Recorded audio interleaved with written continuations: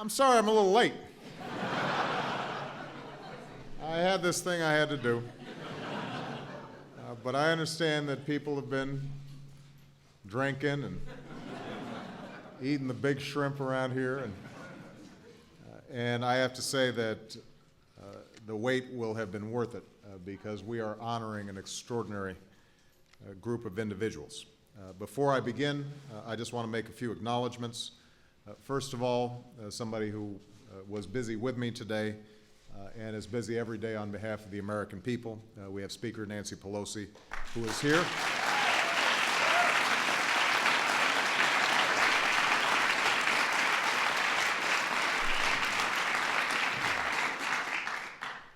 We have somebody who has been a great entrepreneur of the arts, who we're glad accepted the position of chairman of the NEA, Mr. Rocco Landsman, who is here. Please give him a big round of applause.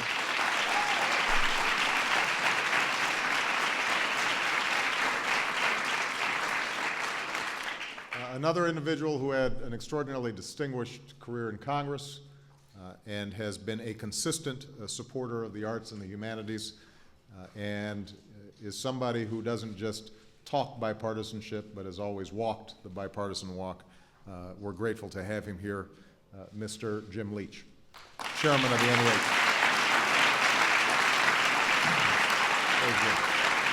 There he is.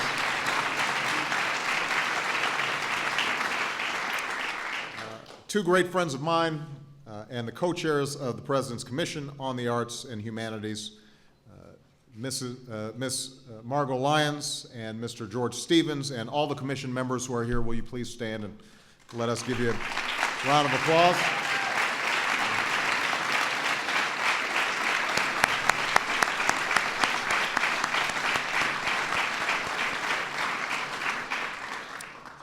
And two recipients who were not able to be here today, but I want to make mention of them because obviously their careers have helped to mark the landscape of American culture for decades.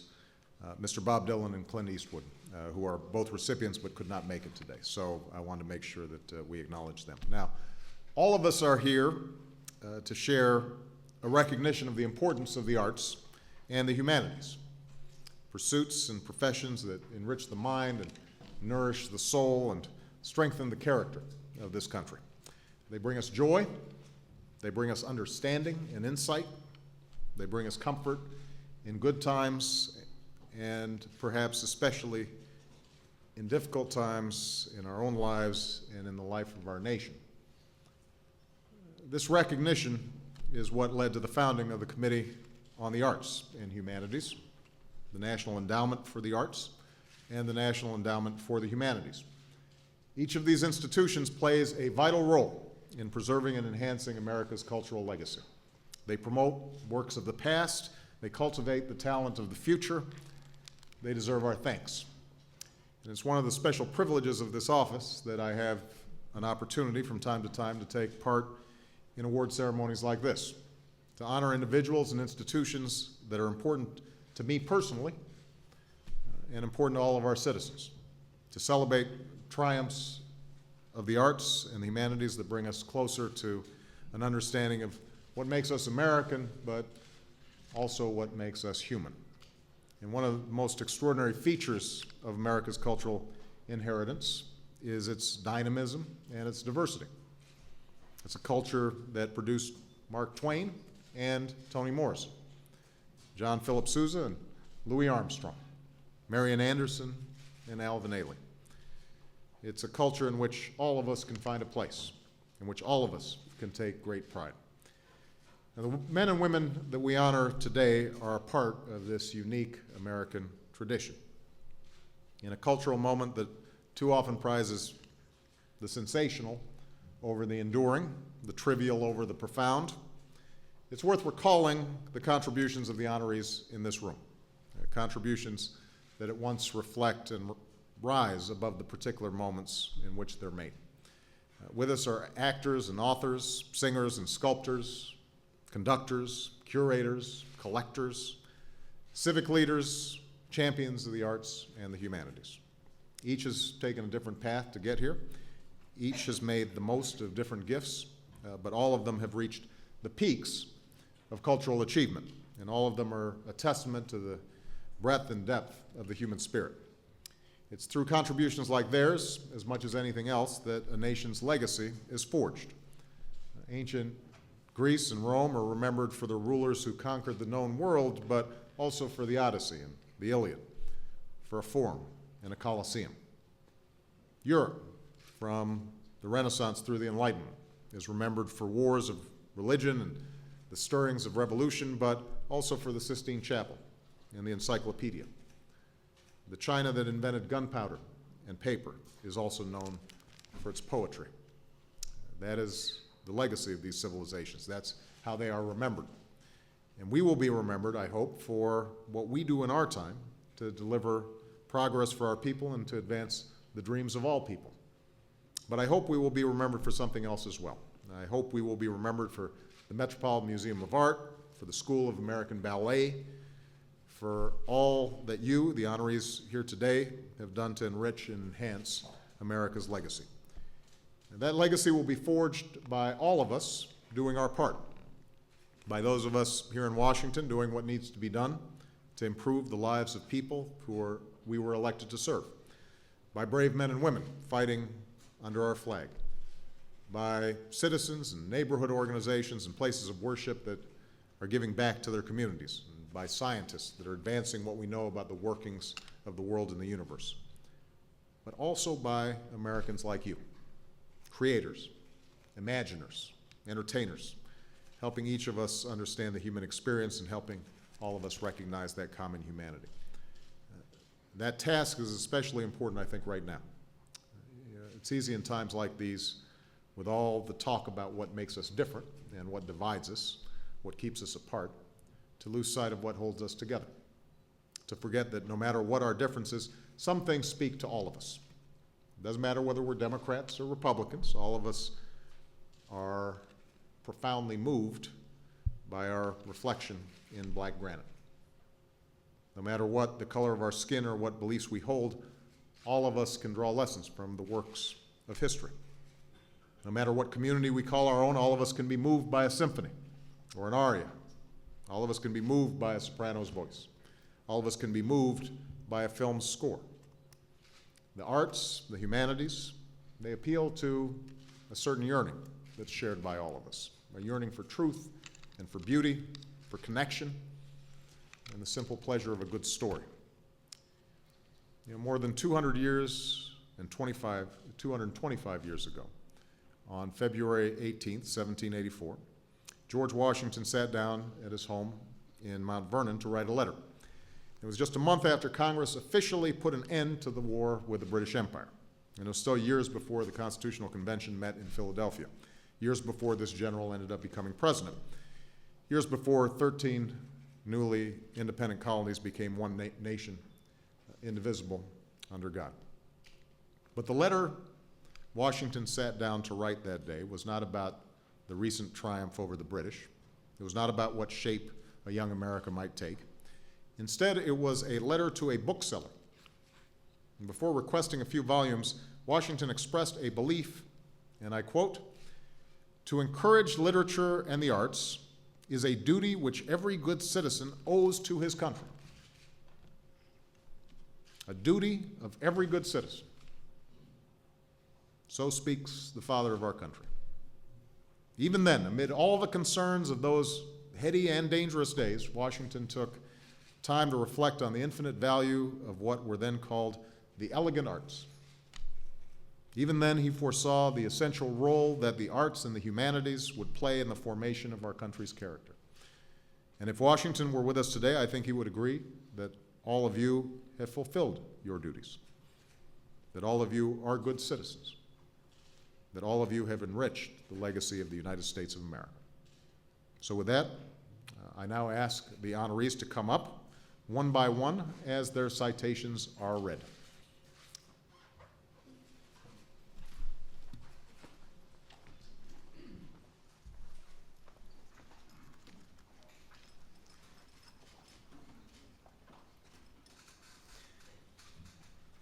The 2009 National Humanities Medal to Elie Wiesel.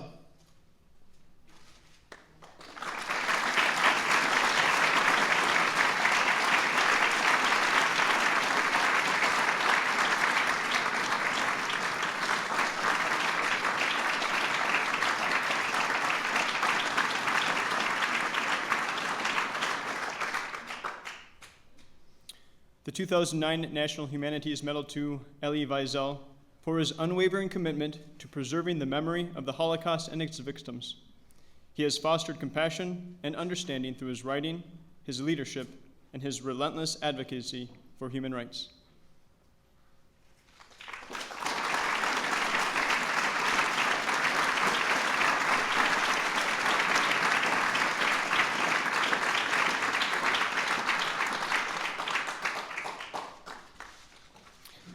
The 2009 National Medal of Arts recipients: Milton Glaser.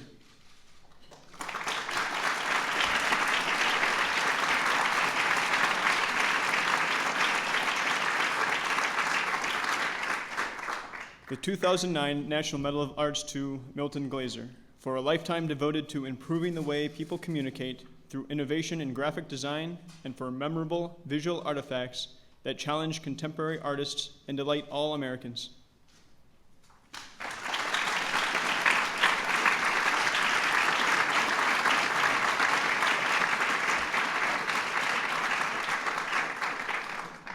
Maya Lin.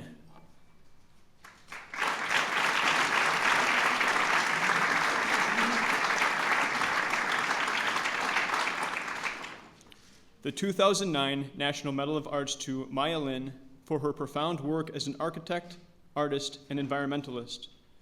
Her vision for the National Vietnam Veterans Memorial emblemizes her deep understanding of the ways in which we respond to the world around us.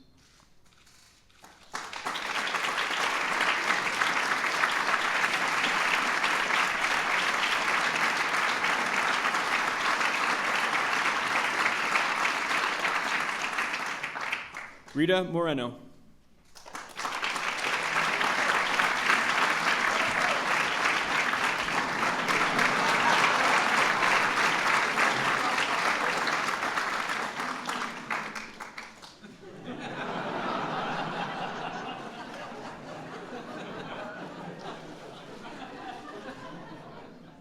The 2009 National Medal of Arts to Rita Moreno for her remarkable achievements on stage and screen.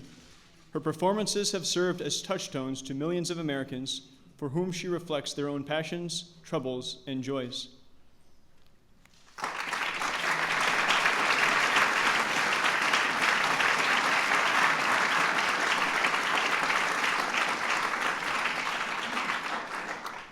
Jesse Norman.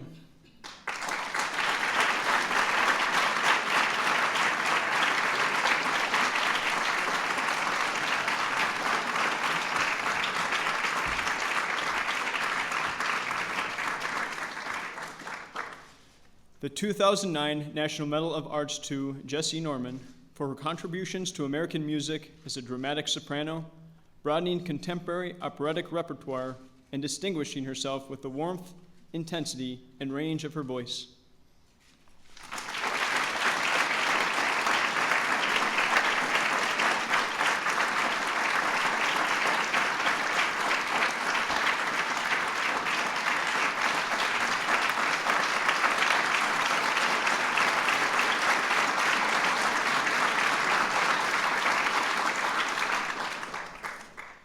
Accepting for the Oberlin Conservatory of Music, David Stull.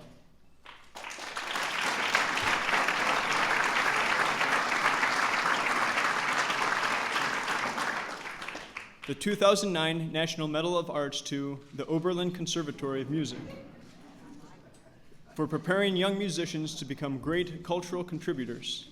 As a model of music education, America's oldest continuously operating conservatory proves that exceptional training enriches artists, our communities, and our nation.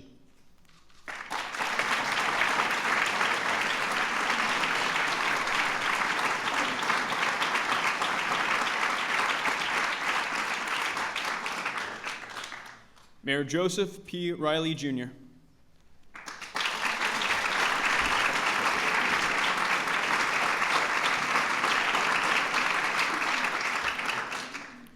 The 2009 National Medal of Arts to Mayor Joseph P. Riley, Jr.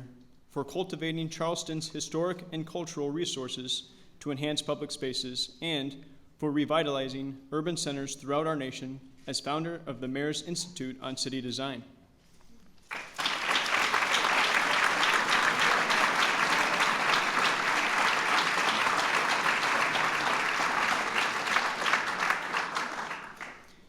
Accepting for the School of American Ballet, Peter Martins.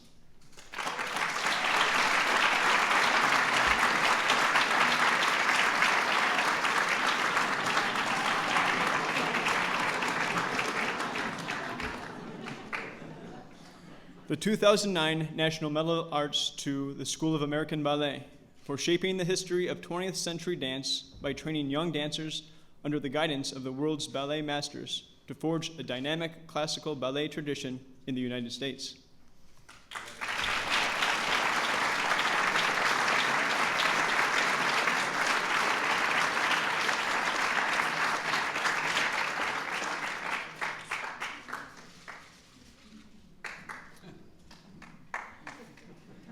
Frank Stella.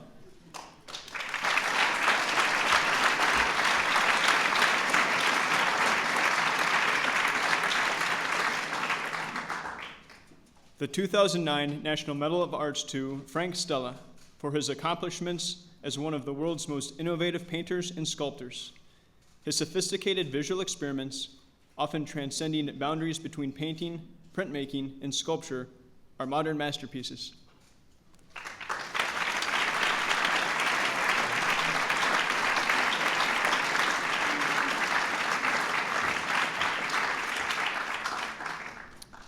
Michael Tilson Thomas.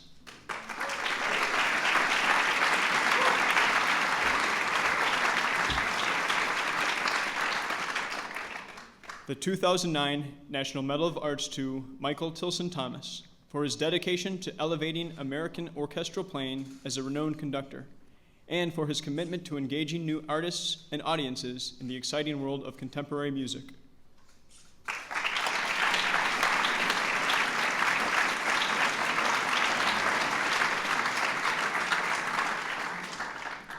John Williams.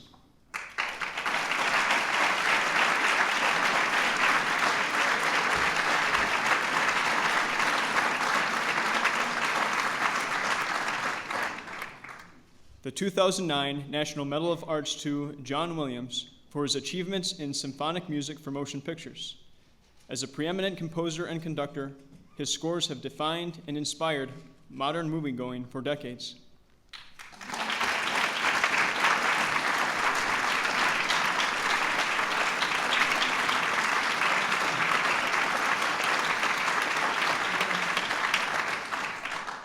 The 2009 National Humanities Medal recipients: Robert A. Caro.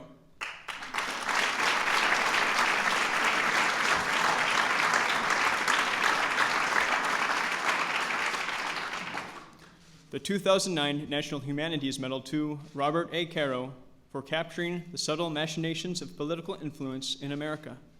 His biographies of Robert Moses and President Johnson have shown how individuals accumulate and exercise power in local and national settings.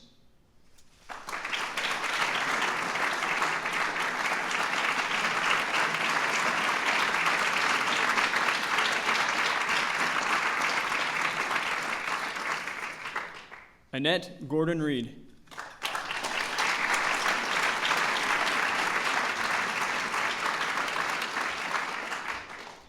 The 2009 National Humanities Medal to Annette Gordon Reed for important and innovative research about an American family, the Hemings of Monticello. Her narrative story about Sally Hemings and her relatives, Thomas Jefferson's slaves, brings to light a previously unrecognized chapter in the American story.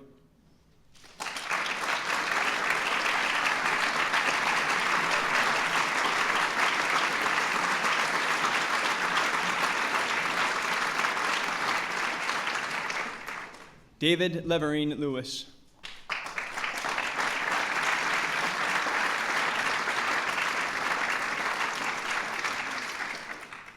The 2009 National Humanities Medal to David Leverine Lewis for his insightful examinations of W.E.B. Du Bois, the Dreyfus Affair, and early Islamic-Christian relations in Europe, which have enriched our understanding of the figures and forces that shaped world history.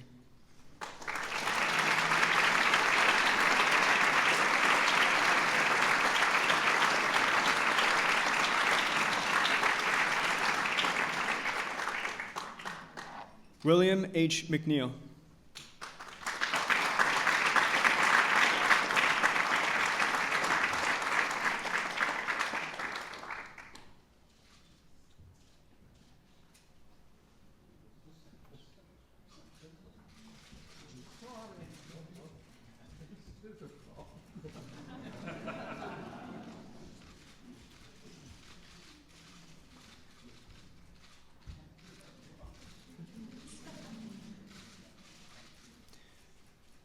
The 2009 National Humanities Medal to William H. McNeil for his pedagogy at the University of Chicago and is an author of more than 20 books, including The Rise of the West, which traces civilizations through 5,000 years of recorded history.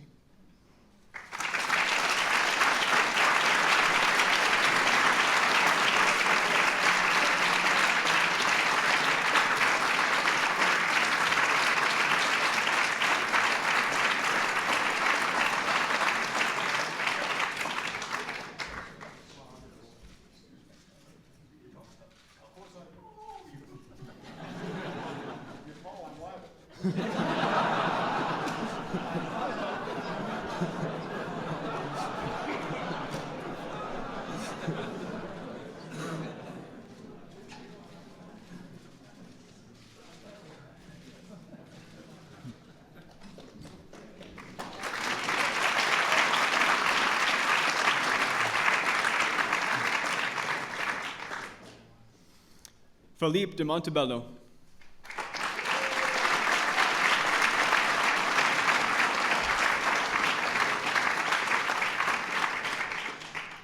The 2009 National Humanities Medal to Philippe de Montebello for his vision in bringing great art to an international public and his leadership in revitalizing the Metropolitan Museum of Art, and for fostering arts appreciation among people of all ages.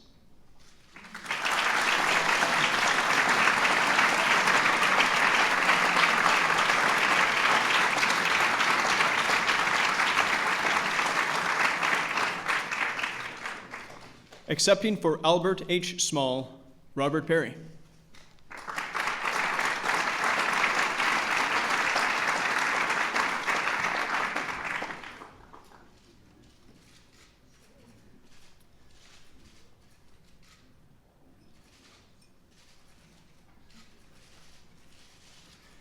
The 2009 National Humanities Medal to Albert H. Small for his devotion to sharing early American manuscripts with our nation's cultural and educational institutions as a philanthropist and collector.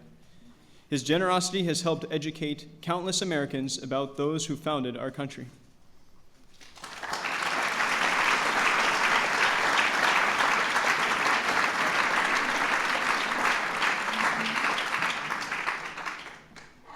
Theodore C. Swanson.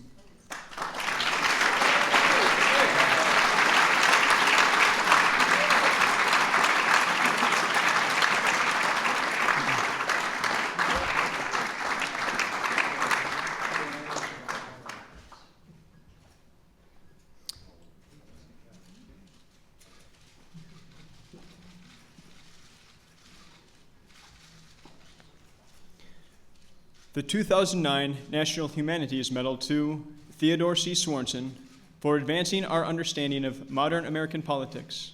As a speechwriter and advisor to President Kennedy, he helped craft messages and policies, and later gave us a window into the people and events that made history.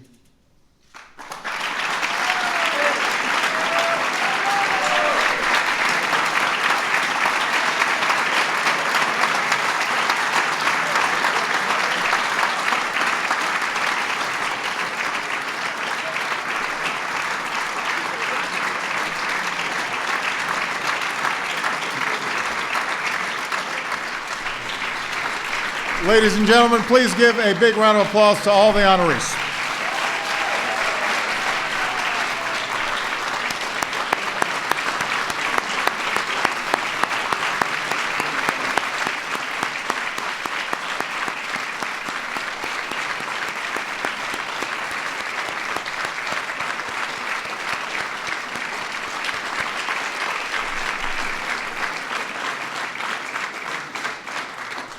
Ladies and gentlemen, that concludes the formal program, but there are some drinks and big shrimp left. So we expect you to enjoy the hospitality of the White House. And Michelle and I just want to personally again say what an honor it has been for us to be here at this ceremony. Each and every one of these individuals in some way has touched my life. You know, I think about Robert Caro and reading The Power Broker back when I was 22 years old. And just being mesmerized, and I'm sure it helped to shape how I think about politics. You know, I think about Maya Lin, and the first time I had a chance to see that extraordinary monument to the courage of our young men and women in uniform. I think about the first time I heard Jesse Norman's voice, or saw, you know, Rita in West Side Story, and my great friend Joe Riley, the extraordinary work that he's done in Charleston, and Ted Sorensen, who used up all the good lines for every president remaining, and you know, Frank Stella, you know, who obviously is a legend. I don't want to mention everybody because each and every one of you in some way have touched our lives. So a personal thanks from Michelle and myself, and I hope all of you have a wonderful evening and continue to enrich the lives of our citizens. It is extraordinarily important, and we will continue to be as big a booster as possible from this office. Thank you very much.